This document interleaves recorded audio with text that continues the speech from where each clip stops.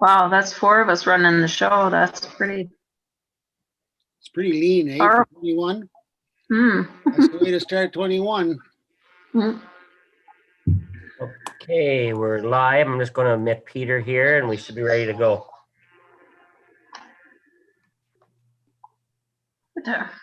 Hey, good evening, everyone. Evening.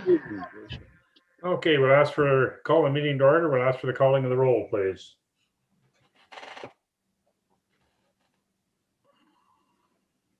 All right, thank you. Mayor Eady, Present. Reeve Eamon, Present. Councillor Koulis, Present. Councillor Evans, Present. Councillor Hines,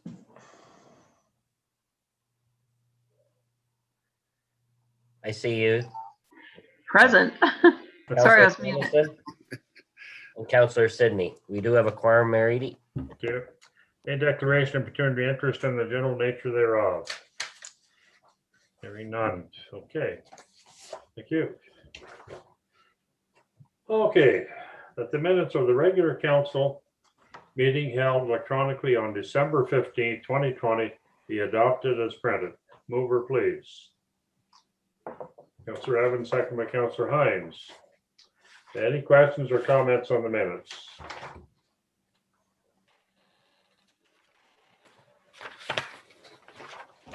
Okay, hearing none. All in favor? Carried. That the communication from the Solicitor General dated December 24th, 2020 concerning an extension to the Community Safety Wellbeing Plans deadline to July the 1st, 2021 be received. The mover, please. Councillor Hines, second by Councillor Evans.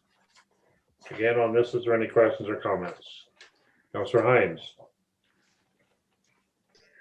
I just have a quick comment, Your Worship. As co-chair of that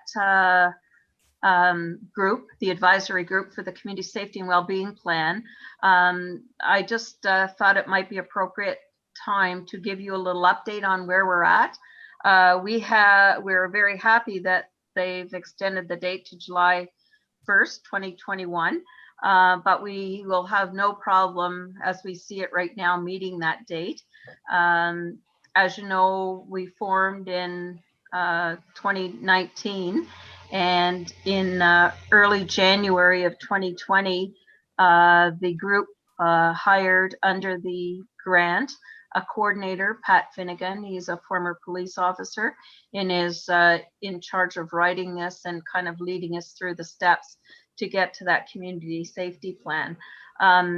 As you will remember, we have our 6 other partners in this is certainly the town of Renfrew, the town of Admaston Bromley, the township of Horton, Whitewater Region, the town of Arnprior, Greater Madawaska, and the township of Nabb Braeside. And each of those municipalities have representatives on the advisory committee, and that's what we are. And we are working with the Renfrew detachment commander here, and of course under the leadership of Pat Finnegan to put together that plan. So we have for the town of Renfrew, Chief Welsh, our fire chief, the chair of the Police Services Board, Jeff Scott, and myself are the representatives for the town of Renfrew. And of course, each of the other municipalities have their representatives. We've been working through various exercises to get to writing a plan. And at this point, we are working on qualifying and prioritizing the risks and how they might be handled. And the next piece we'll look at is the public consultation. That might be a little bit of a challenge in these COVID times, but we have a very unique committee and they have lots of expertise on how we might handle that. And once we get that piece done, then we'll come together and put the report together and finalize it, and hope to have it to council by the end of June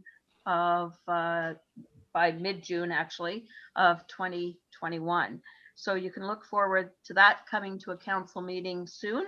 And then from that, once each council of those 7 municipalities passes it, then it will be listed on the website, and we'll work with that plan for the rest of 2022 or 2021. And again, we will review that and tweak it to where we need to be. Here in the town of Renfrew and in the lower part of the valley, with those other municipalities, we're very fortunate to have already formed the situation table. And that was actually formed, Brian Shute led that under the direction of Detachment Commander Colin Slight back in January of 2017. And so we're a big step ahead, having all that, already having that situation table in place. And that is a group that meet with, they're composed of many social service agencies, family and children's services, the health unit, mental health, housing, and all of those groups come together, representatives come together once a month and deal with the various situations. And so that we're not wasting resources on having everybody go to a situation when it should be housing or when it's a mental health issue. So they are coordinating that. So we're really well established in that, and we're lucky to have that here already in place and working very well. So I look forward to that report coming to you in June. And as I said, we're very fortunate to be able to Zoom our meetings and keep moving on the report and get it done for you in good time. So that's what this letter relates to, is having that little bit of extension until July. Any other comments? Hearing none. All in favor? Carried.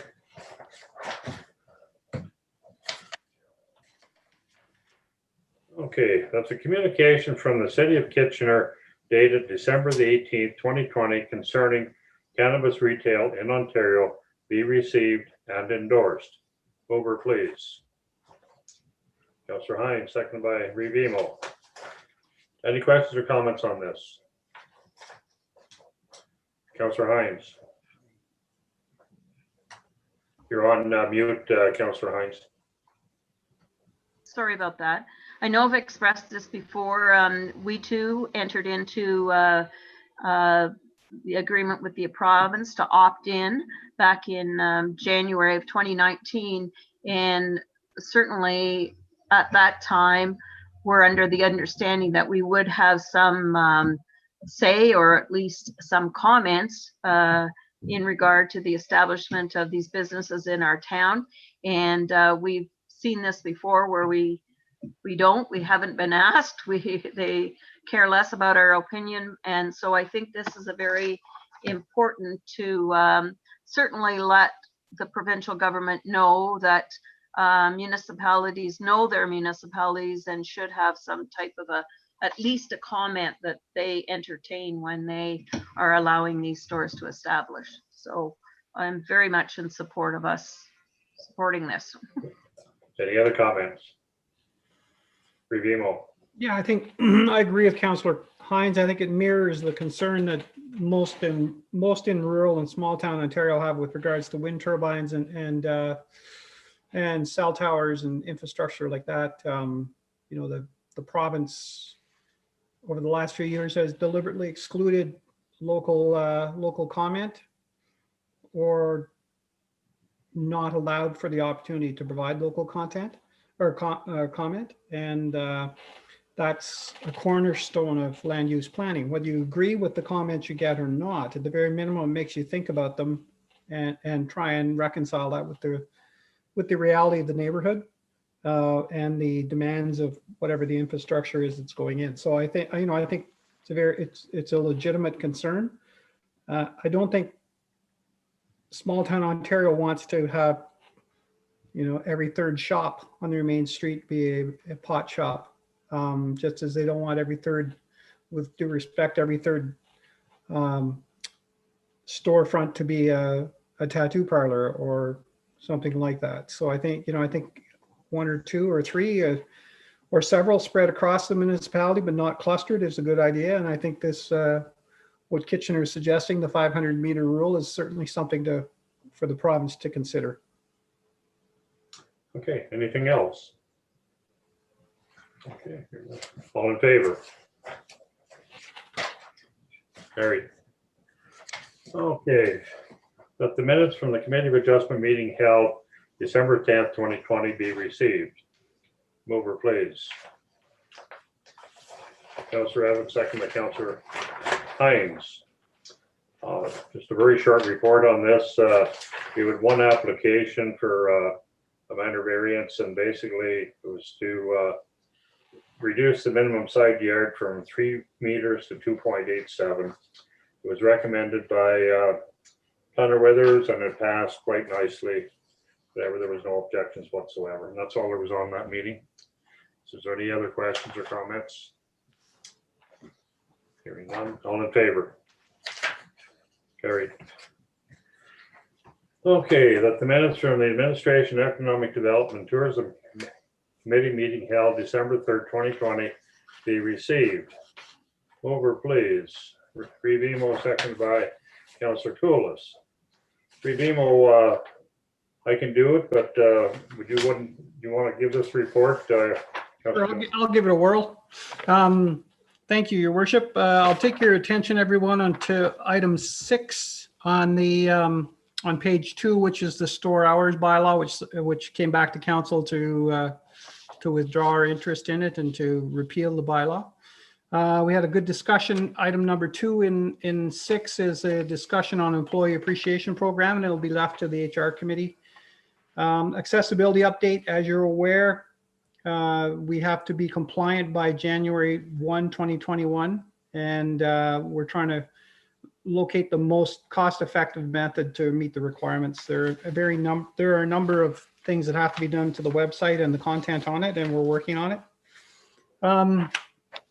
We also had a good discussion when you take a look at item Roman numeral 7, where we talked about advertising and the new digital signs and the military family magazine. Item sub 2 was set the priorities.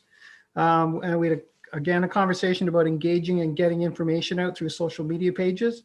And EDO McEwen recognized and reported that the information with happy messages and funny quotes and more uplifting information seemed to be getting a greater depth with people than information about other things. So we're trying to find trying to find a means of getting the information out to people. Land sales on the next page. Update on property sales. First of all, we were told that the Library and Archives Canada storage facility, as you may be aware, about 5 years ago, we heard that they were thinking of closing it down and moving the operations to Gatineau. And we had some meetings with them at the time and toured the building. They've since come back to us and said no, that they expect it will be retained and maintained for the next 15 to 25 years, which is great news for us.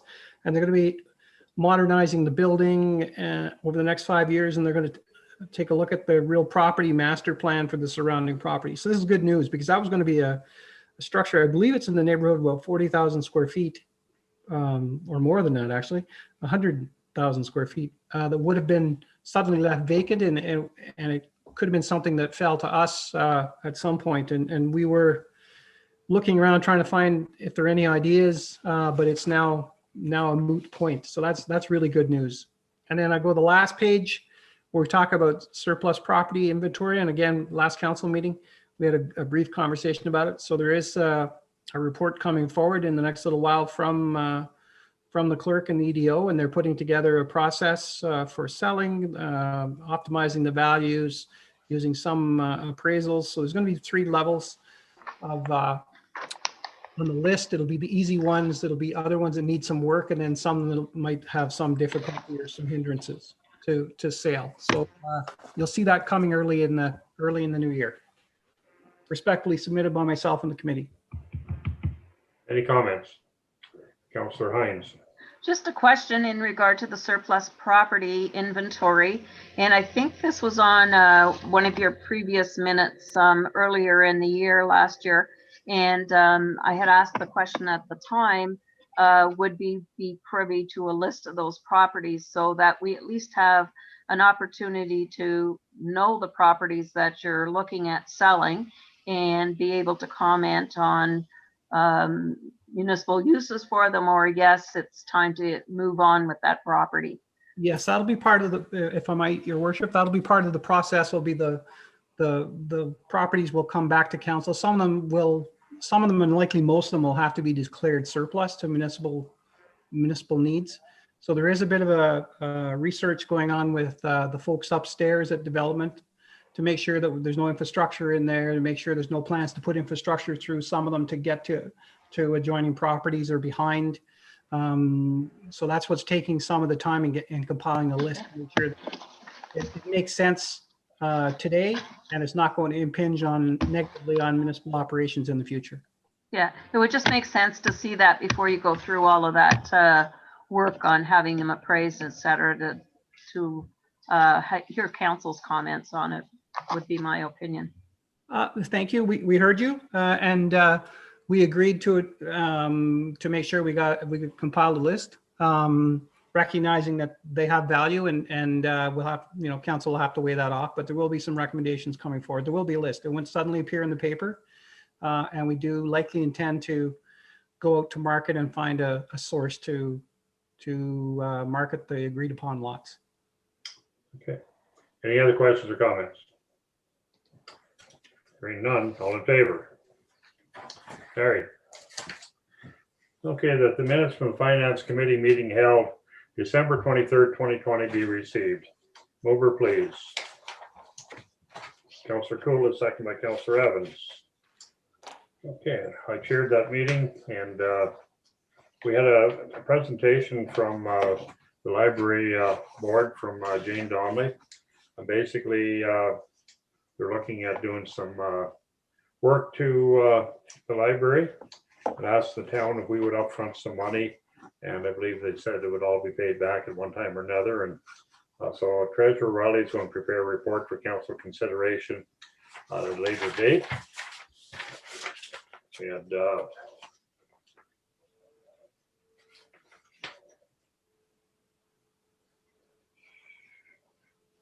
one thing on page 2, 5C, the Minister of Infrastructure, the 2021 OSEP funding base formula is $842,742, which I believe is the same as it was last year. We had a request to waive development charges, which was denied. Same with the leak adjustment was denied. Procurement policy, we had a little discussion on that. As you can see in the figures there, the tax arrears are there, and they are what they are. They're certainly not outrageous. We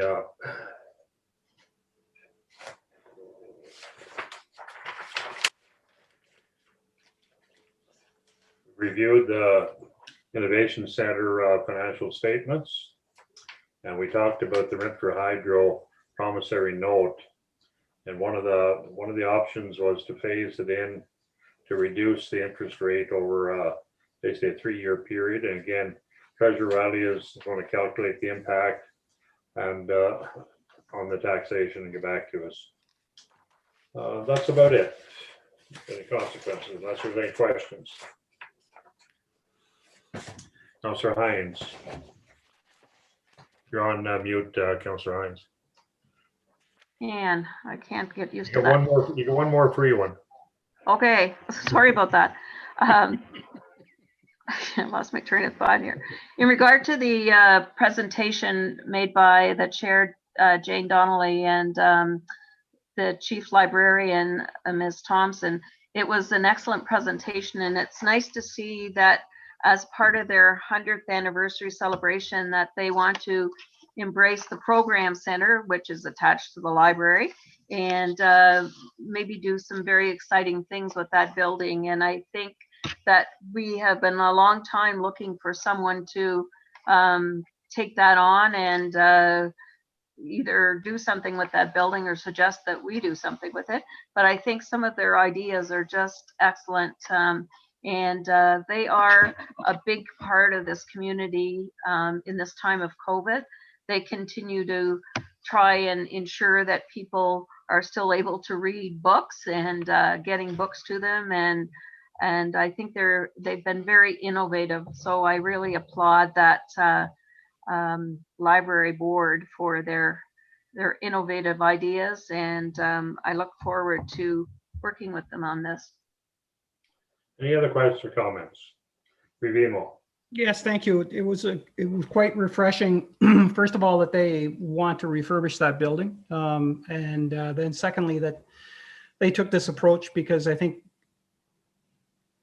you know, I'm of the opinion that when someone has some skin in the game and they're talking about using some of their fundraising money to come up with a good set of drawings, people tend to then be a little tighter with the purse when they're designing something and the building of it than if they're given an open checkbook. And so I'm very appreciative of their initiative to come forward. And then secondly, this is a pretty unique and intriguing means of getting buy-in to a project, and they want to produce a set of drawings that they can then share with the community and get some feedback, and at the same time explore some additional programming.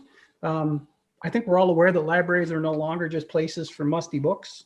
You know, there's a ton of programming and online services, and prior to COVID, there was a lot of visiting in some of the community or other community resources, sharing information with them about the library, sharing books, sharing stories and other resources. So I think this is a logical progression for that development of the service from a place of musty books in the 40s and 50s and 60s and maybe 70s. Any questions or comments?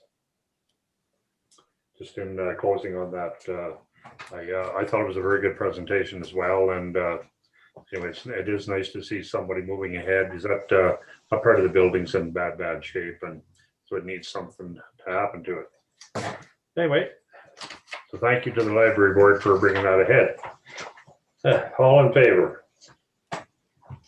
Carried. Okay, the Treasurer Riley's report dated January the 7th, 2021 concerning municipal borrowing be received. Over, please. Councillor Hines, second by Councillor Evans. Maybe we'll ask Treasurer Riley to give us a short report on this. I think we're all familiar with it, but for the general public, they might like to know what we're doing here.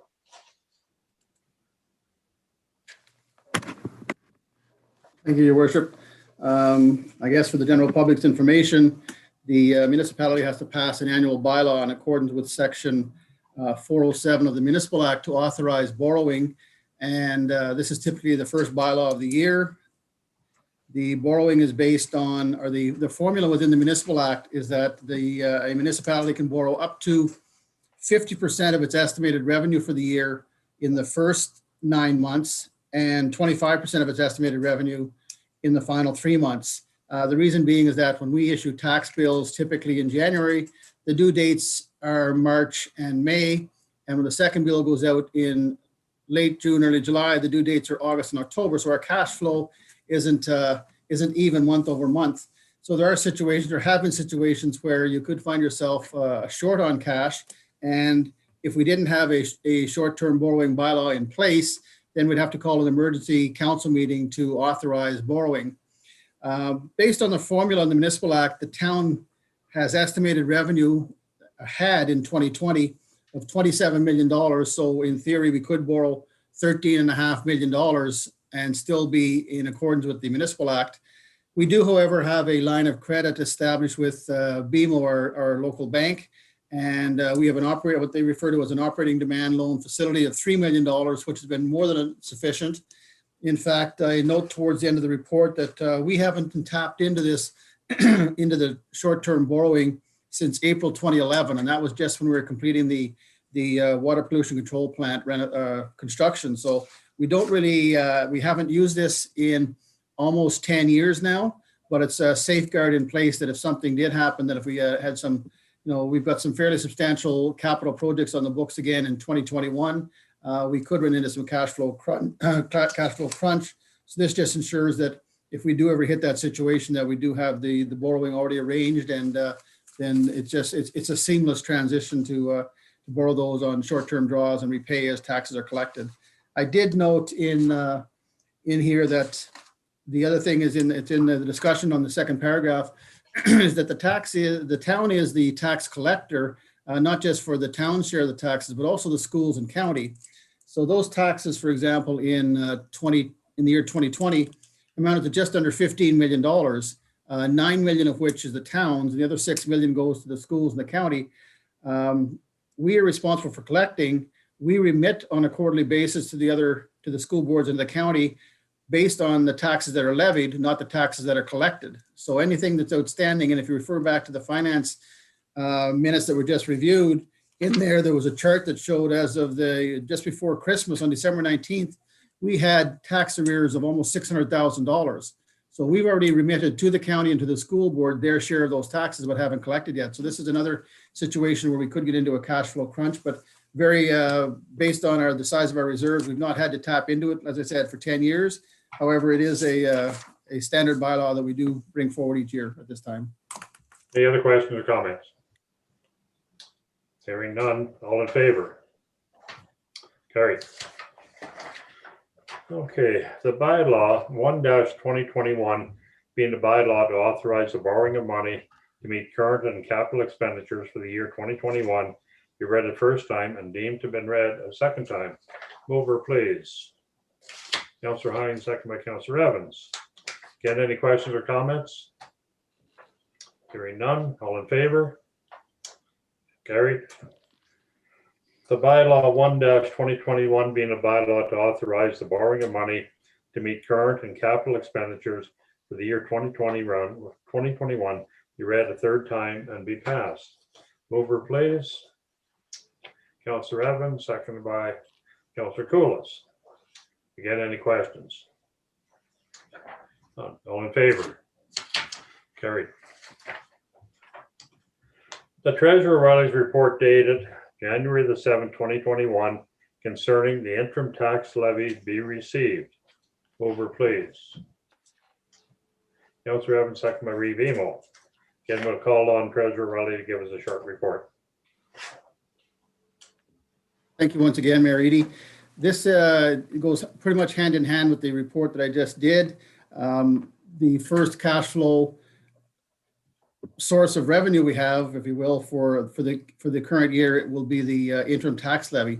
In the absence of a final budget and the final tax rates being set for 2021, and those won't be set until likely April or May, the actual tax rates, the Municipal Act in Section 317 provides that a municipality may issue an interim tax bill, and what can be billed is basically 50% of the taxes that were levied on each property the previous year. And that's the provision within the Act. With that interim tax bill, which will be mailed out by the end of January, it will have due dates. This will be incorporated in the bylaw, a due date of March 26th and the second due date of May the 28th. So that provides us with cash flow 3 months and 5 months down the road from where we are right now. The interim tax levy also includes a provision for an interim tax amount on the BIA properties in the downtown core as well, in order to provide a cash flow of sorts, or cash flow to the business improvement area. And the other thing that's included in this bylaw will be the provision of a charge for penalty and interest. Again, in accordance with the Municipal Act, the charge is 1.25% penalty on the day following the due date, and a further interest calculation of 1.25% per month as long as the tax that is due remains outstanding. So those are incorporated into bylaw number 2-2021, which will be before council for consideration very shortly. Okay. Any questions? Any further questions? Okay, hearing none. All in favor? Carried. Okay. Bylaw 2-2021 being a bylaw to provide for an interim tax levy due dates for the payment of interim taxes, a penalty and interest charges for the non-payment of taxes, or any installment by a due date be read a first time and deemed to have been read a second time. Mover, please. Councillor Evans, second by Councillor Cooless. Any questions or comments? Hearing none, all in favor? The bylaw 2-2021 being a bylaw to provide for an interim tax levy due dates for the payment of interim taxes and penalty and interest charges for the non-payment of taxes or any installment by the due date be read a third time and be passed. Mover, please. Councillor Hines, second by Councillor Evans. Again, last time, any questions? Hearing none, all in favor? Carried.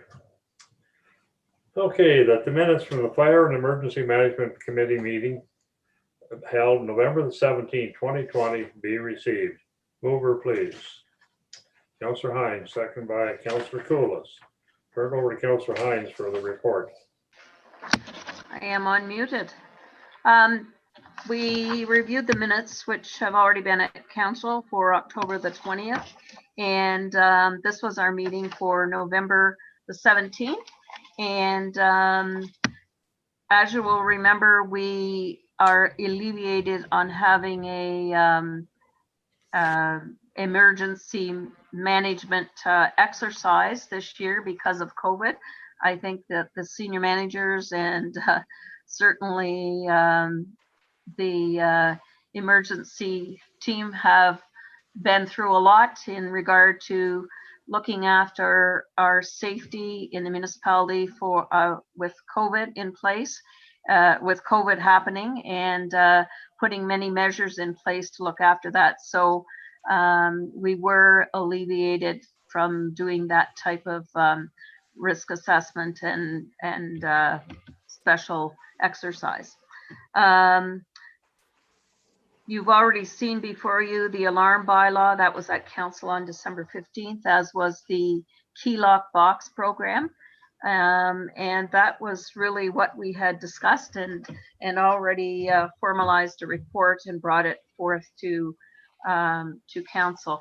And I just want to say this was our meeting of November, but as of January 1st, Councillor Cooless is moving on to other committees and is going off the fire committee. So I just want to say to him, thank you very much for all your work and your great comments and insight into things that we were dealing with and reports that we were bringing to council. You have some really great comments, and I think that you represent the people very well when it came to the fire committee and the emergency planning. So thank you, Councillor Cooless. And we look forward to welcoming Councillor Arlene Jameson to the fire committee. And that was it. We had another meeting in December, and that'll be coming to a council meeting near you soon. Any questions? Okay, hearing none. All in favor? Carried. I did hear a rumor, Councillor Hines, that December Fire and Emergency Management meeting only lasted 12 minutes. And I was in attendance. Imagine that.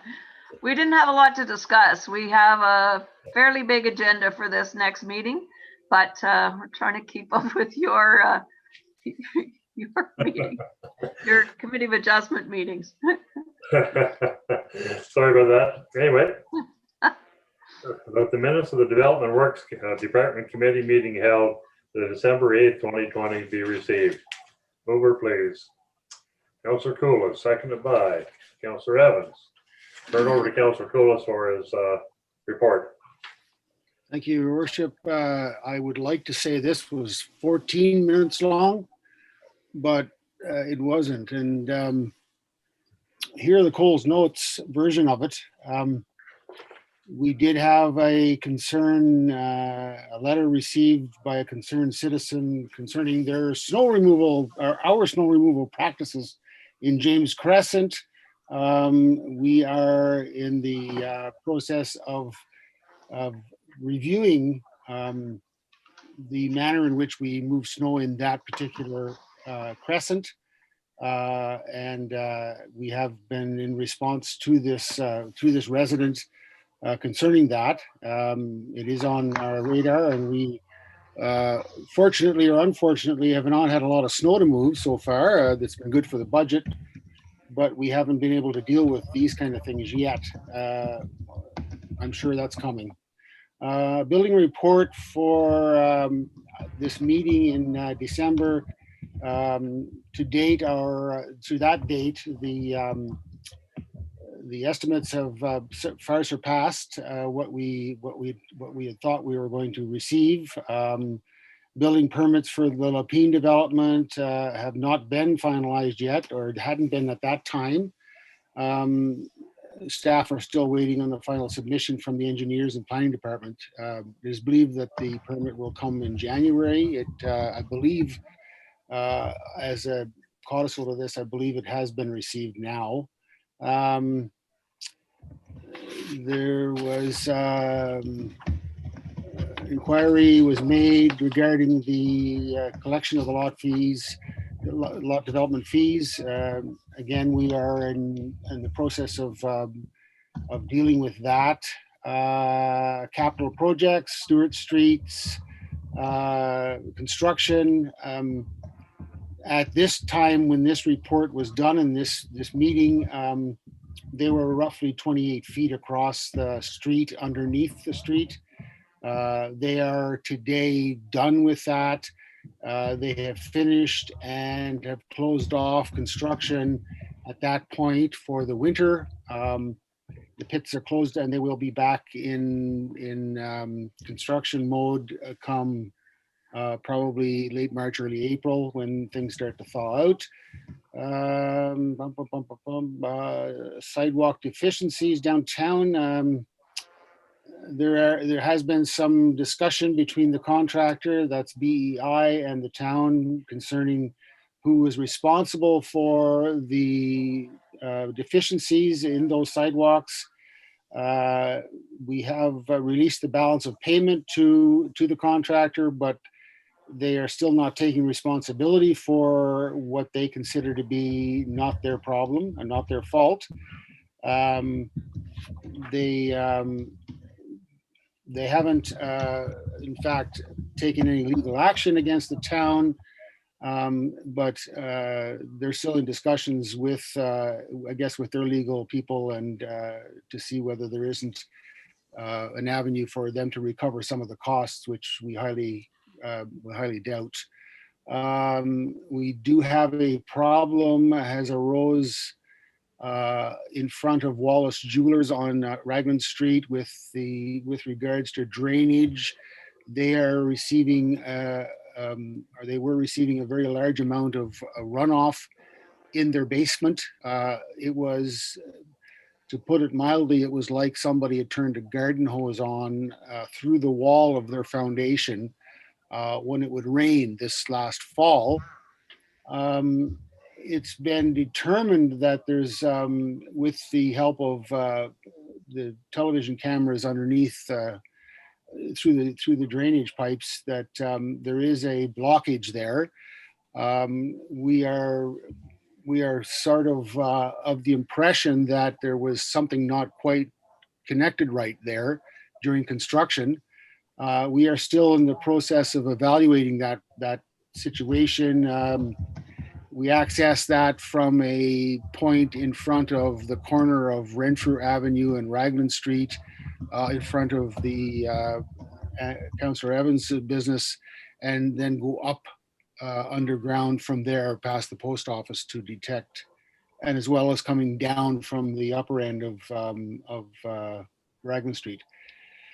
And Mr. Wallace has been notified of our ongoing investigation into that situation. Swinging Bridge, we've discussed, I believe, at council already. It's been, I read somewhere just a few minutes ago that we have already agreed to use some of the some funding that's available from the OSIP resilience funding to repair the bridge and to refurbish it so that we get at least another couple of decades out of it. It has been established by the committee for sure that it is a very important historical and cultural asset to the town of Renfrew, and will remain that in the future. We need to keep it maintained and upgraded. We are looking at the water sewer easement on Arthur Street. That's easy enough to read there. We have been investigating and did discuss this again just as early as this afternoon at a D&W meeting, the procedure moving forward with a new town garage. And a sort of timeline as to what we should do next. We do own the property now at 436 Lisgar. So from this point on, it will be a case of doing an assessment as to what is needed and some sort of a conceptual design for that site for the future. We have had some interested parties in our current site where the current garage is, should we wish to sell it in the future. We did pass a motion at last council meeting in December last year to buy a hot box, although I think I reported that we'd already bought it. That was kind of a contentious thing. Anyway, we did buy this hot box for asphalt patching. That's been done finally. And has been working around town. You may have seen some real nice patching done by this machine and our crews. It's working very well. Winter maintenance seems to be an ongoing discussion item, meeting after meeting, and it in the short form of it all is that we are well above the provincial standards for what is the actual standard for removing snow from roads, for salting roads and sanding roads and sidewalks. We are miles ahead as far as the requirements are concerned. The standard is, and you'll see that in this report, residential streets have a lower priority and can accumulate up to 10 centimeters of snow before plowing begins. We don't let that happen ever. And that can be 6 hours after a storm has passed. We are so far ahead that I guess, as it's been said before, the better you do it, the more it's expected you do. And that's okay. We do our best, and I don't think anybody can complain about how well the town gets out and gets the storm cleaned up and out of the way and snowbanks removed on major arteries in a very timely fashion. The development works crew deserve a ton of praise for that, for sure. They take great pride in their work and they do a good job. Additional snow removal is something that we hold on a very high level, but it's a frequent snow removal is a very expensive thing to do, and for that reason we try our best to stay within our budget. Our snow and ice control policy is written based on the minimum standards, and we try to overcome that as much as we can, and we do. We have deferred discussion. We did defer discussion at this meeting in December until the January meeting, which we just had, and you will hear more about that at the next meeting, I'm sure.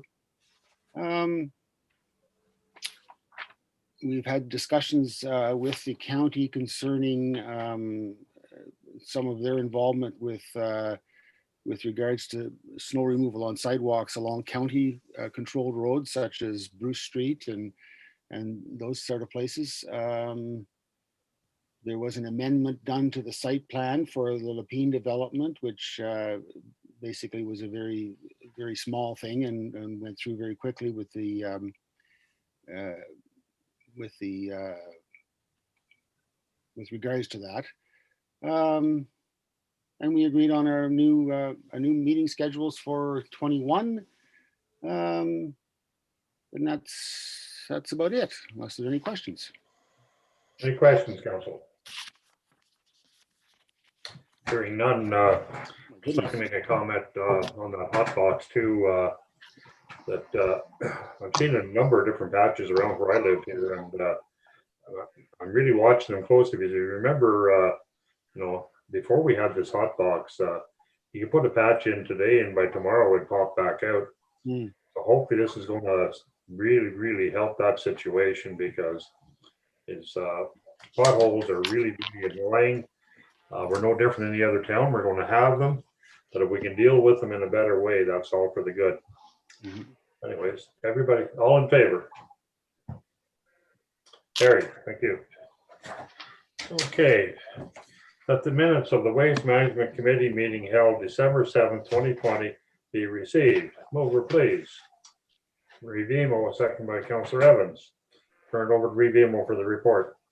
Thank you, Your Worship. This meeting was held on the December 7th. Of course, it was an electronic meeting. It was the last meeting that Councillor Sidney was attending. So through you and through his ability to watch this on YouTube, we'd like to thank him for his efforts over the first 2 years with our committee. 6.1 electronic products. We passed the bylaw at the last meeting, signing a contractor and agreement with them. And 6.2, I informed you that we had sent a request to the ministry to reconsider the proposed transition date of 2025 in order to line us up with our neighbors at 2023. And those neighbors are the ones, Armpire and McNabb Braeside, who we have a joint tender with. Haven't heard anything back yet. Northern Bulk, you'll note on page 3 at the top, we're coming in. They finished grinding, I believe, late last week. It's amazing. If you have opportunity to go down, the pile of mattresses that were ground down are now about the size of maybe 2 or 3 triaxles, whereas before it was phenomenal, the size, the space it would have taken up. And as Mayor Eady informed us in the committee, it was a rule of thumb that I wasn't aware of, but a rule of thumb is one mattress when it's ground up will fill a small pail. So that's something for me to pay attention to next year. So we've gained a lot of space in our landfill, I think, by going forward with this grinding, and the waste wood was ground as well. And we're looking for other products that we can separate out and grind down to that take up space to maximize our space in our landfill site. Golder and Associates were in to complete the survey. And if you remember, the survey takes shots and gives us an estimate on our capacity that's left. So we'll have that information later on in the year. And they've also done some water, surface, and gas monitoring. Reported on the leaf and yard waste. January 1st, our tipping fees increased slightly. You see the rates there. Recycling data call, PricewaterhouseCoopers were having a follow-up phone call with staff today just to report the results of that. So we should hear that early next month. We're expecting it'll be pretty positive. Moving down to 8.3, food cycler trial. We have 3 units. We're in the process of trying to find homes for them so that we can run a 6-month program to see what kind of volume it removes from a household waste stream. So we'll get back to you with that. And I'll move you over to page 6. And I talked to you earlier this year, or late last year, I'm sorry, about the revenue for the landfill being approximately $110,000 to $120,000 less. And we can confirm that unofficially. You'll see that in the next month's minutes. And also our tonnage is down about nearly 2,000 tons, about 1,700. So again, that was expected. And that's what I can respectfully submit to council on behalf of the committee. Okay, any questions or comments? Okay, hearing none. All in favor? Carried.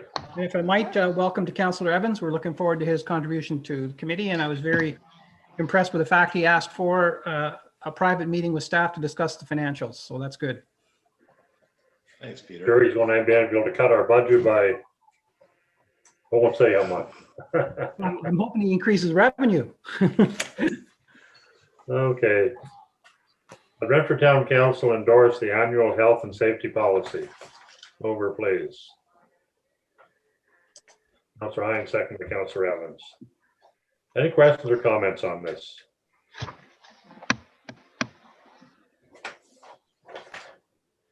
Okay. Hearing none, all in favor? Carried. The Brentford Town Council endorsed the annual drinking water quality management system policy. Over, please.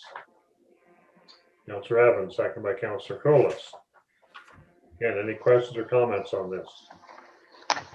Hearing none, all in favor? Carried. Okay, that the minutes from the Brentford Public Library Board meeting held November the 17th, 2020 be received. Over, please. Councillor Evans, second by Councillor Hines. Councillor Evans, would you like to give this report? Thank you, Your Worship. This meeting took place on November 17th. Duration was less than an hour. All members were present at that last meeting. It was noted that we received a $3,000 grant from Pat Morris. Circulation, understanding with the COVID numbers right now, but the physical material in circulation was down from last year, as well as the programming. Librarian was impressed that 149 participants took place within 10 programs. You may recall that last council meeting, December 15th, the Renfrew chief librarian met with, or did a presentation, gave a presentation to our town council with the a presentation of basically opening up our library and including Greater Madawaska's public library. That following Thursday on the 17th, she and chairperson Jane Connolly met with the Greater Madawaska Library Board. The Greater Madawaska Library Board is now meeting, and then we'll be getting back to our librarian, Kelly, with the draft agreement that will be then brought back to our own council, hopefully for adoption. As well, the library has a side building, which we spoke briefly about earlier today in our council meeting. It's their 100th anniversary, and they're looking at fundraising type ideas. That would include a proposal to update the programming building. A brief discussion on the event or activities that we could host during this year would include historical building walks, as well as the mural at the side of the building, which is actually owned by the Chamber of Commerce.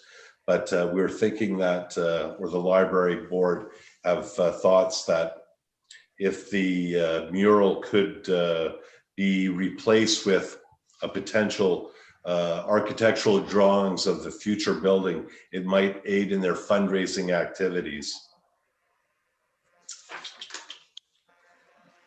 All right.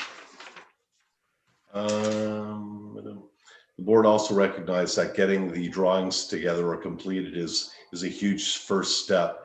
They're currently speaking with 2 architects that are interested in the project. To that, our chair, Jane Donnelly, attended a virtual trustee council meeting. And that concluded our meeting. Thank Thank you. you very much. Well done. Any questions or comments on this? Okay, hearing none. All in favor? Carried. Okay, is there any new or unfinished business? Councillor Hines. I just have a question, I guess, and I would assume that this would go either to the Tourism Committee or to the Development Works Committee. But I've had several questions from people and phone calls in regard to the very big tree in Low Square, which is decorated with the RVH memory lights at the moment. Although I feel that someone has pulled down the side of them, but nevertheless, they have heard rumors that that tree, in regard to some plans that are coming forth for Low Square, is going to be cut down. And I would just really like to hear it and assure people that that's not going to happen. That is a memorial tree that was planted by the family of the cadet family that lost their son, their firefighter son. And I would like to have a lot of discussion on that before that would ever happen. So I think it's really important to reassure the public that when things are underway in regard to planning of maybe a new layout of Low Square, whenever that should come forward, that things like the tree and anything that's very momentous to them deserves a lot of discussion before it is taken down. So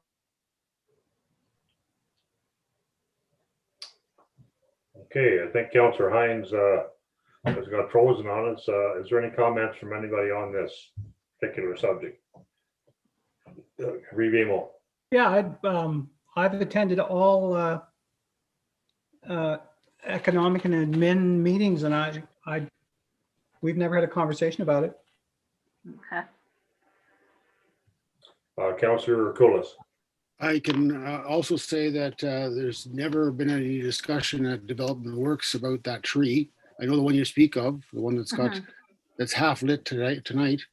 There's been no discussion in that way. I mean, we have discussed the refurbishing, if you will, of Low Square, and making it a little bit more user friendly or updating it. And in those discussions, although they haven't went very far, there's never been anything said about the removal of that tree. And of course, if that comes to be, I'm most assured that there'll be a ton of discussion about it for sure.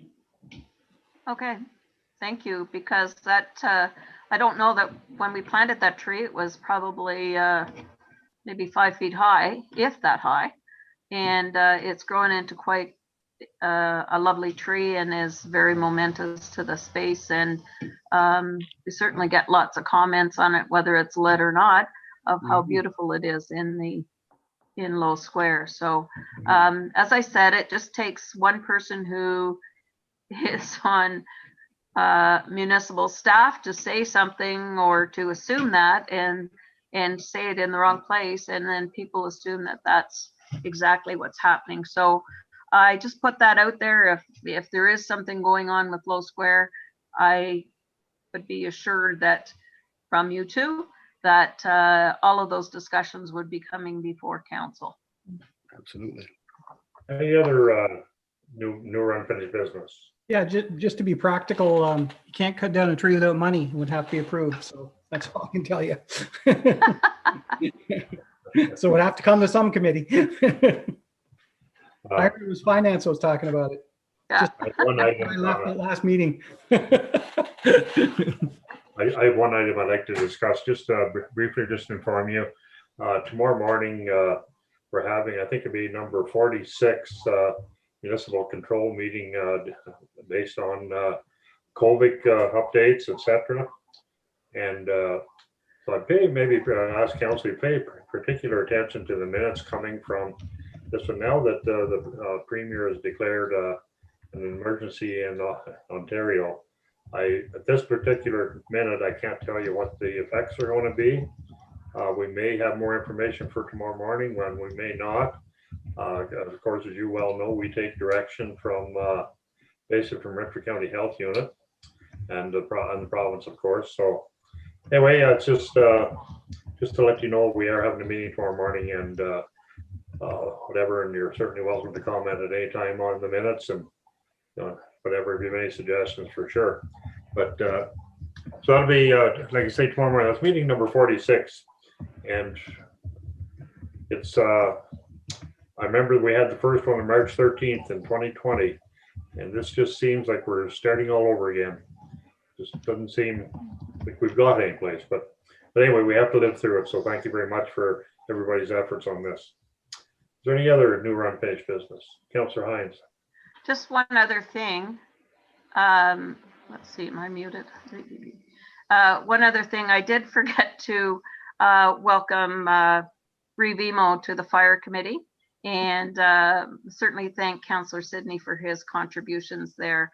I just missed that when I was dishing out those compliments. So I'm sorry about that. We will look forward to a new committee, and best wishes to Councillor Koulis and Sidney in their new committees. Thank you.